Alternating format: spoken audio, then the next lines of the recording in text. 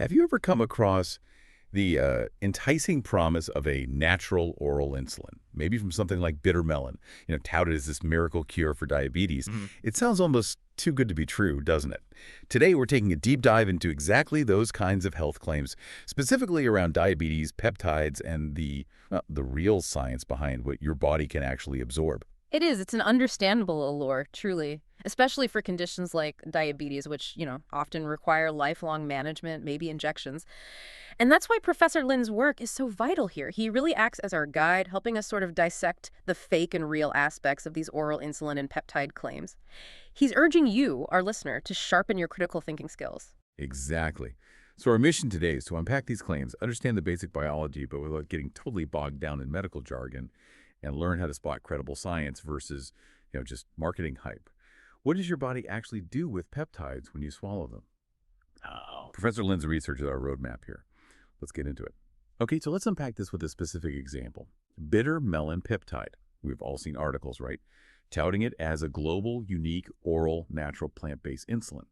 Claims it can lower blood sugar and control complications. Some even call it a diabetes patient's blessing.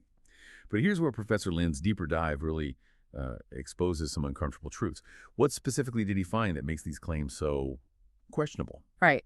Well, first, maybe a quick primer for you on the biology involved. Think of amino acids as like individual Lego bricks. Peptides are just short chains of these bricks, maybe 2 to 50. Proteins are the really long chains, 50 plus. Now, the crucial point, and maybe your first big takeaway is this. Our digestive system, it's basically a protein shredder. It's designed to break down most proteins and peptides you eat into those individual amino acids before they get absorbed, which means any complex structure claiming some kind of functional effect, well, it's usually destroyed before it even gets a chance to work. So these oral peptide claims often hit a huge biological wall right from the start. Okay, so the body just breaks them down. Simple as that, mostly. So with that understanding, where does this bitter melon peptide really stand? Does Professor Lin's work paint a different picture than the marketing? Oh, absolutely. A very different picture. Professor Lin flags several key issues. For one, these studies. They're often published in journals like Food Chemistry or Nutrients that classifies the substance as a food, you see, not a drug. Big difference in scrutiny. And maybe more importantly, the animal studies they cite. They frequently involve injecting the peptide directly into the abdominal cavity of the animal. Injecting, not feeding it to them. Exactly, which completely bypasses the stomach and intestines, the whole digestive breakdown process we just talked about. Wow. Okay, so that's worlds away from swallowing a pill, isn't it? It shows zero evidence of oral effectiveness. That seems like a huge red flag. A huge red flag, yes. And Professor Lin also takes a hard look at the company-funded human studies. He finds, well, a lot of problems. Things like uncontrolled variables. Patients were still taking their regular diabetes meds and eating their usual diet, so how can you tell if the peptide did anything? Right, you can't isolate the effect. Precisely. Then there are potential conflicts of interest. You've got company R&D heads listed as authors claiming no conflict.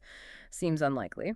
And he even found some really questionable data. For instance, in one study, the control group's creatinine levels, that's a key marker for kidney function, showed these alarming, statistically improbable spikes. Professor Lin noted a statistics teacher couldn't even replicate such variation as plausible. That sounds really bad. Like the data might not be reliable at all. It severely undermines the credibility of any clinical claims they try to make based on that data. It raises serious questions about data integrity. Okay, so these natural claims seem shaky at best based on Professor Lin's analysis. Yeah. But what about legitimate pharmaceutical research? Mm-hmm. Are companies actually succeeding in making real oral peptide drugs? Because that would show it's possible, even if difficult. They absolutely are trying and succeeding to some extent, but it really highlights the immense difficulty involved. This is where the contrast becomes so stark. Take a drug like semaglutide, that's the active ingredient in Rybelsus, an oral diabetes medication. It's an artificially modified peptide, a real feat of engineering designed specifically to mimic a natural hormone that lowers blood sugar. Now, even with decades of advanced research, specific chemical modifications to protect it from digestion, special formulations to enhance absorption, guess how much actually makes it into the bloodstream? I'm guessing not much, based on what you've said. About 1 to 2%, that's it. Even with all that technology. 1 to 2%. Wow. Exactly. Now compare that tiny amount from a high-tech drug to these simple, unmodified bitter melon peptides being sold as miracle cures working just as well orally. Professor Lin's point is clear. If a natural product promises that kind of effect with zero modification, you might as well be, well, wishing on a star. The science just isn't there. So when you, our listener, hear about a natural oral insulin or some other peptide miracle cure, what should really stand out to you now? It sounds like it boils down to understanding that fundamental biology digestion breaks things down and really scrutinizing the claims with a critical eye. Absolutely. And connecting this to the bigger picture, it just highlights how important critical thinking is in this, world saturated with health information. Always ask, is this being sold as a food or is it claiming to be a drug? What kind of evidence is offered? How robust is it? How transparent is it? Were the tests even done orally? Ultimately, the message from Professor Lin's work seems crystal clear. Yeah. Don't confuse promising, maybe interesting food research with proven medical treatment. They are not the same thing. And maybe, just maybe, for managing diabetes, simple things like regular exercise still remain one of the most effective and, frankly, side effect-free methods available. And perhaps a final provocative thought for you to consider.